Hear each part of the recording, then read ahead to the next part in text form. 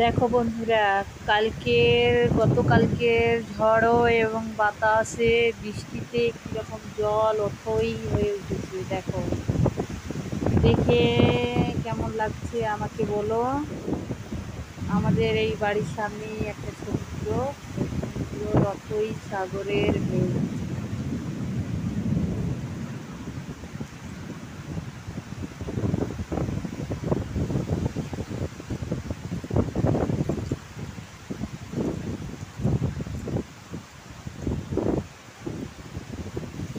জল যেন আড়ার টপকে যেতে চাইছে, এত জোর বাতাস।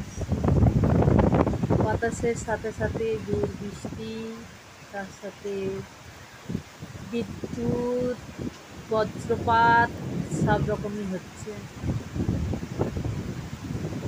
ঘন্টার উপরে।